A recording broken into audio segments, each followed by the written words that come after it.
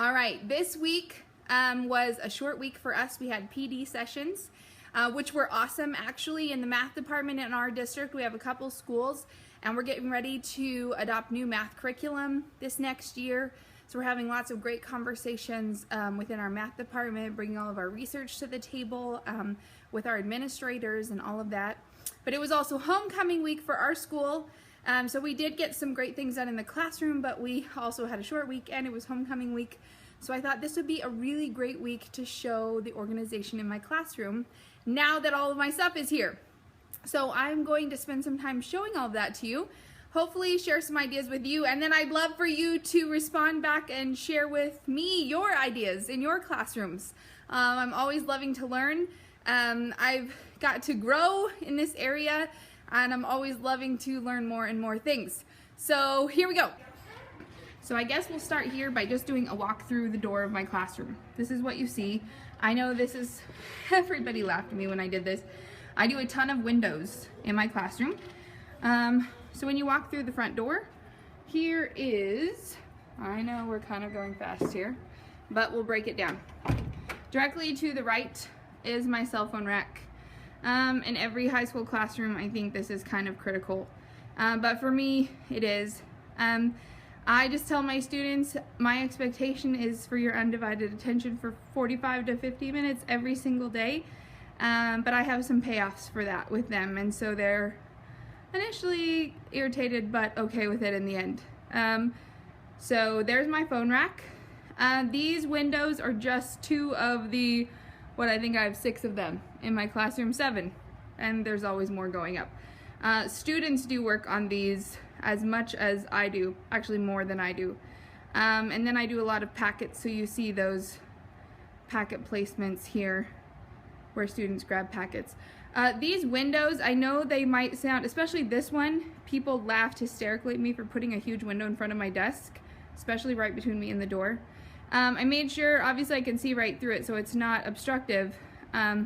It was the only spot left in my room, but we use these windows so much. We do live interactive tasks all the time where we're exploring live life situations, and my students use windows almost daily.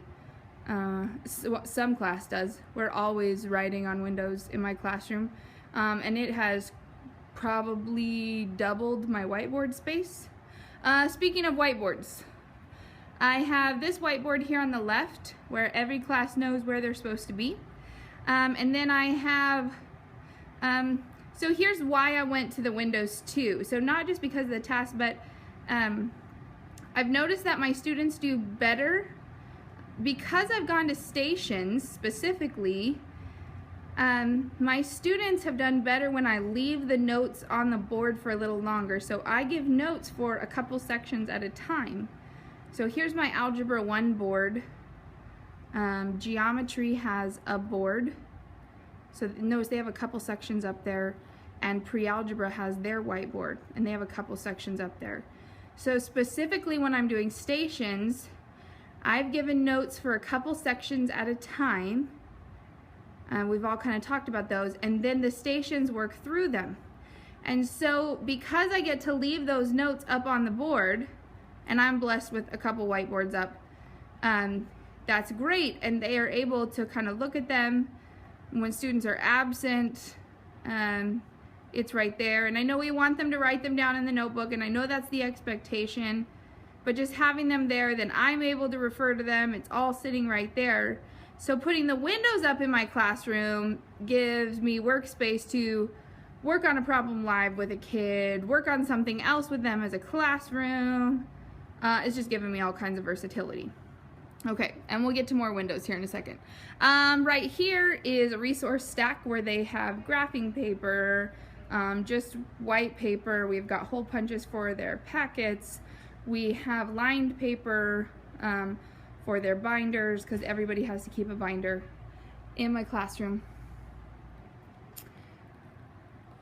Over here is where they know what group they're supposed to be in, which tells them when they're on a computer, when they're just out working with their groups.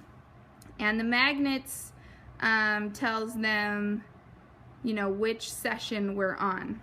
So you can see, let's look at this. I have 2 classes that are in 3 group sessions. And so this, the lined section is when they're blending. So yesterday was a session 2. So in session 2, if we look straight across, group 1 was blending, so they were on the computers. Group 2 was doing a work day, and group 3 I was reinforcing the notes because group 3 was on the computers the day before, so they weren't in on the note section that we had done. And so I was kind of re-going over the notes with them, the learning section. So that's kind of how that works. And then I have other classes that are just in 2 group sections, so they go off of this blending map. And then I have a few other things up here. I have a Facebook page that I made, and I just take pictures of these whiteboards of notes, and I put the notes up for students who are absent, for them to copy down, because we know, oh, I lost my notebook, or I didn't write down all my notes, or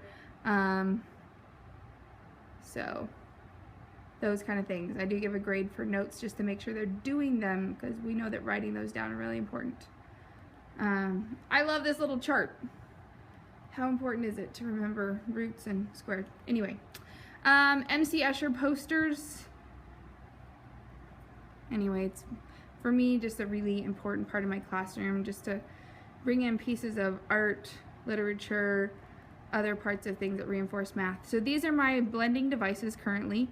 I have 9 computers over here. I know that sometimes this feels like, oh my gosh, she has so many resources.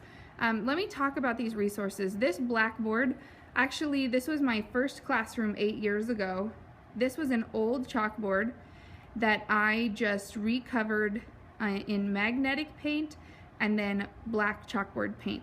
It was a really cheap solution for me, and now I get to use it with magnets and chalk. This countertop and computers, my current school district, you know, we don't have funds coming out everywhere like everybody else. These computers were computers, the staff computers got upgraded last year, so these are old teacher computers, and we know from blending specifically with the IDLA consortium, all you need is to be able to get on the internet. So these do not have bells and whistles. They are old computers. I have to baby them a little bit, but they get on the internet. And so this is what we have to work with, and I'm able to blend with them. And then this countertop, the shop made me, and we put it in. And I didn't have it for the first, like, I don't know, 2 weeks of school, and we just used tables. So please know that this isn't like, oh, Kelsey's had all of these resources. It's not. I have made do, and most of this stuff has been really cheap or free. And I'll talk to you about the windows and all the extra whiteboard space I've made use with too. These MC Escher posters I bought 8 years ago, and they've moved all around the world with me. All the color you're seeing in my room, this is just the big poster paper that all your schools probably have, and I have just rolled it out and stapled it up to my walls to add color in my room. So now you're seeing these windows, right? I already have 4 windows in my room. I close my blinds, and most of my groups have 5 to 9 students in them. So when we do tasks, I assign them to 1, 2, 3, you know, I have 8 windows back here and some in the front. They each get a window, they each get a station, and they work out their task on a window with, you can see my little liquid chalk basket back here. And they all have a station, and they work things out in their station. We use these windows, like I said, every day. I got these windows for free at a local thrift store. I just told them, you know, I was looking for some windows. They actually gave me 3 of them that I used as a little decoration, little tiny windows in my classroom. If you saw some of my videos from last year, I called them this year and said, you know, we're doing more and more tasks. I've been doing windows out in the hallways and foyer, and they hooked me up with these, my maintenance staff. I was just going to, you know, lean them against the wall and stuff. I talked to my maintenance staff, my principal, he's like, no, this is becoming an integral part of your curriculum. I love what your students are doing, they're learning. What's cool about doing it on Windows is now my students aren't like trying to look around each other's papers, they're putting it up on these windows, they can see each other's work, they're interacting, they're walking around the room, they're sharing with each other. The learning and the engagement that's going on is absolutely amazing and incredible. And my principal is like, no, let's install them, let's do this, let's make it happen. My maintenance staff has been, I mean, I didn't ask to just install them on the wall, they just walked in, grabbed screwdrivers, and it was cool. But if your school isn't willing to do that, I've got other great ideas for you where you don't have to install the window on the wall. So anyway, we did this. So now I have a window station for all my students. And in other classes, I just pull out liquid chalk and we use them as an additional whiteboard space. I got all of these windows for free. I got these big, huge ones for free. And I'm going to actually put molding around some of these. I mean, this is still kind of a work in progress. And I have my one classroom rule window here. Respect, that the kids see every day. And I have people ask me, you know, aren't you worried about windows in the classroom? When we went through and looked at these, you know, for safety, we made sure they were safe. We made sure they were mounted safely. We made sure they were placed in a location that was safe. I mean, we checked all of that. Before I keep moving along in the classroom, all of my students have binders. Lots of times your school has extra binders, things I wanted to get rid of. So over here on the left are my extras that the kids can grab onto. I just kind of grab any free binders people are throwing away, different things like that. Here's where my students keep their binders. Obviously, it is not this clean all the time. We're talking about high school students running in and out. I do set a 5-minute alarm on my iPad, so we do have time to put things away, do different things like that. If you have something on your computer, things like that. I've heard lots of different people have different alarms for like closing procedures in their classroom. I have a liquid chalk bucket. I do not leave it back here. I usually leave it on my desk. Students know that the windows and the liquid chalk is something they have to earn. A couple of my classes have not earned this yet. And some of that is just too that it's not something their class is at yet. They're doing some different things. But I don't just release them to go crazy. We don't draw pictures with liquid chalk. We don't write our names with liquid chalk. We do math with liquid chalk. So this is a privilege, but the classes that do it, once they get into it, they love it, and the learning is just exponential. It's really awesome. This is probably the new organizational piece in my room besides the windows. The windows and this are the things this year I'm probably most excited about. This is my new calculator rack. I just installed it to a beam. Oh, I probably should not turn that video. I just installed it to a beam with eye hooks. The calculator abilities go up by layers, so the easiest calculators are on the bottom. Then they go a little bit scientific in the second layer, and then the graphing calculators are in the top 2 layers. I have newer calculators coming. In the top there are rulers, colored pencils, markers, as we have tasks that, you know, kids like to use different things for. I'm getting more and more pieces to go in the storage units here. Like I said, everything's in process. And then I don't know if I can actually show you. Let's see. But the rack spins. So, anyway, it makes it kind of handy. It's actually anchored really nicely. My students haven't dumped it yet, and I've had it in for a couple weeks now. It's really awesome, actually. Probably my favorite calculator rack yet. I'm in love with it. So that's what's going on so far. I've got lots of space on my walls now to finish hanging, you know, students' modules for different classes. Finally, what's going on in the middle of the room, the desk organization. Groups of 3. Most people just think that my desk organization is super cattywampus. I actually love it. People would really describe my room as constructive chaos. I guess. I know I've really kind of learned right where that line is, where it's just not productive anymore, and I just pull them in.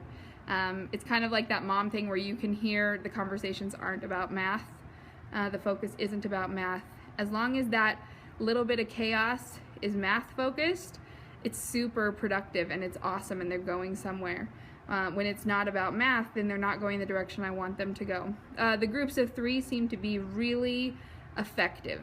When you get bigger than 3, sometimes they're just off track. There's a few exceptions to that, and sometimes we rearrange here and there in different groups.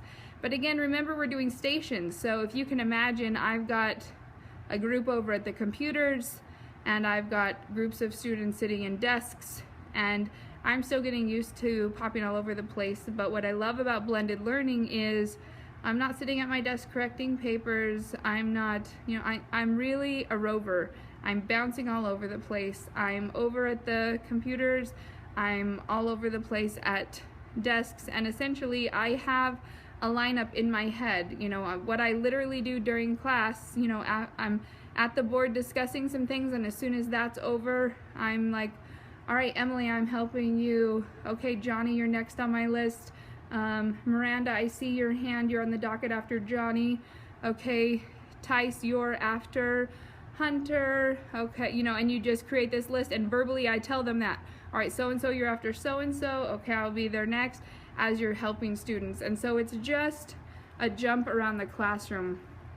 So just as a reminder, I literally use these windows, the windows that are installed in the wall, and students write on those. We have their binders organized over there, the rack. You can see the little Hot Pocket folders there underneath the whiteboards, and that's where a lot of times if I have anything, if I need to keep something organized like a current test or quiz, if I have a handout I need to hand out for their class hour, I have enough for all my class hours, so I have an extra thing there to try to keep my desk from piling up. So that's an extra organizational piece I have for myself. I noticed last year I just had things keep piling up. I have these windows that we just use all the time. It's really awesome. And one last thing, and these are not totally organized yet, but I have bought these just for each class. So these aren't done for current classes, but I can show you for Mathematic Vision Project, which I used last year. These are the tests and quizzes for each one for Math 2 and Math 3, and I'm building Math 1 right now. And so these are literally just removable from my file cabinet. I just pick them up and go. And so for district meetings and different things like that, when we're talking curriculum, and just for any curriculum that I'm building, I love the versatility of just not having one file at a time in my file cabinet. So just having some organizational systems that I can just grab and go as I talk to different people in my math department. And I've just started doing that more and more, where I'm just not leaving things in my file cabinet one file at a time. I've just started putting everything in these removable, plastic rectangular bins, which is awesome. I love being part of a math department here and being able to just grab and go and talk to these guys. And with that curriculum, I have my teacher binders for, I'm not sure you can see that well, but Math 3 and Math 1 and teaching this year, and I have a binder for Math 2 as well. So just really being organized and versatile, and we can go and travel and talk to each other. So there's what's going on in my classroom. I think this year some of the things I'm loving are the calculator rack, the windows, and just how colorful it is. Students have already said, Miss C, I love being in your room. I love how energetic and colorful it is. I have students stop by all the time who aren't in my classroom, and they're like, I wish I got to come to your classroom. So it's really exciting. So one of the goals that my principal gave me this year is, he said, Kelsey, I want you to really think about your students as clients. And he said, they should want to come to your classroom. And I loved that concept. I've always wanted that anyway, but I really kind of thought about that a little extra this year, and it just gave me, I think, a little extra push too. So I hope that students feel that extra oomph to want to come to my classroom. And I remember walking into elementary classrooms all the time as a secondary teacher and like, gosh, this feels so fun. Why can't my secondary classroom feel fun? It feels a little dry and cold. And so over my career, I've tried hard to add color and different things, but gosh, it has to be functional in a secondary classroom too. And I know elementary teachers feel that way also. And so I've really worked hard to, man, I need writing space. I need these kids to be able to interact, and we need to be able to work on functions and radicals, and we need to be able to work on logarithms, and I need this to be able to be functional. And so I've been super excited this year about some of the things I've ran across. That calculator rack was $13 on Amazon. Those windows were free. We came up with those computer solutions off the top of our head in my district, which is awesome. That doesn't happen.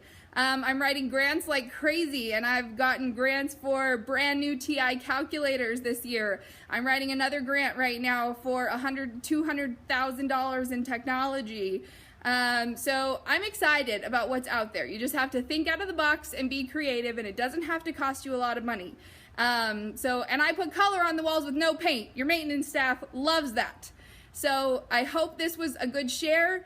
And I'm excited about what you guys are doing in your classroom. So please share, and I'm excited to kind of see that and see what I can incorporate in my classrooms from what you guys are doing too. All right, we'll talk to you next week.